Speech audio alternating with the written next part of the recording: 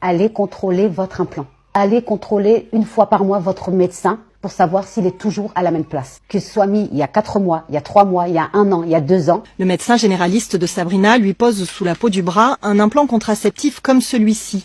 Un bâtonnet souple, de la taille d'une allumette qui diffuse des hormones pendant 3 années. Mais cet automne, de vives douleurs apparaissent et perdurent. Elle demande alors à son médecin de lui retirer l'implant. Donc il commence à me palper le bras gauche, il s'avère qu'il ne le trouvait pas. On a passé l'échographie du bras, on ne l'a pas trouvé. On a passé l'IRM, bras gauche, on ne l'a pas trouvé. On a passé la radio des poumons, on ne l'a pas trouvé. On l'a trouvé ici, scanner, côté droit, au niveau des poumons.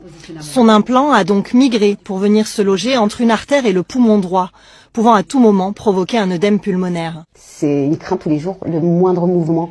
Ça nous fait réfléchir, est-ce que ce mouvement-là va me le faire déplacer? Les positions dans lesquelles on dort, le quotidien de tous les jours à s'occuper de ses enfants, il faut savoir que j'ai un bébé en bas âge, c'est un stress en permanence en fait. Pour y mettre fin, il faudrait retirer l'implant.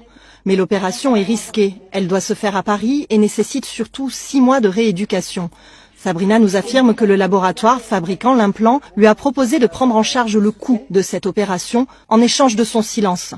Elle s'y refuse. Non, je ne veux pas accepter ça, je ne veux pas accepter votre erreur. On m'a mis en danger sans que moi je puisse être informée. C'est votre erreur, c'est pas la mienne.